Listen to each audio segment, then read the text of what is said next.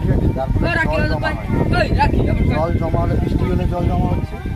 এই জিনিসগুলোর ভেতরে কিন্তু মশা লার্ভা থাকে, মশা ডিম পাড়ে। এইগুলোর জলটা জমা হয়ে থেকে যাচ্ছে, আমরা খেয়াল করছি না, যার ফলে এর থেকে যে মশাটা জন্মাচ্ছে ঘরেই ঢুকছে।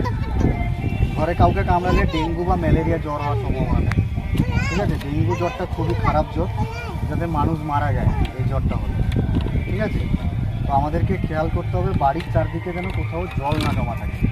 সপ্তাহে একদিন করবেন, বাড়ির চারদিকটা নিজেদের পরিষ্কার পরিচ্ছন্ন রাখবেন। ঠিক আছে, বাড়ির সাইডে ভেতরে যেন কোথাও জল জমা না থাকে। ঠিক আছে, এটা একটু ধরুন। হ্যাঁ, এই যে ম্যালেরিয়া জ্বরের লক্ষণগুলো লেখা আছে, জ্বরের সঙ্গে কাঁপুনি, জ্বর, মাথা ব্যথা, বমি বমি ভাব। ডেঙ্গু জ্বরের লক্ষণও লেখা আছে, মাথা ঘোরা, বেহুশ ভাব, বারবার বমি, পেটে খুব যন্ত্রণা, রক্তক্ষরণ। এটা হচ্ছে ডেঙ্গু জ্বরের লক্ষণ। জ্বর তো স্বাভাবিক হয় সবারই, এই লক্ষণগুলো যখন দেখতে পাবেন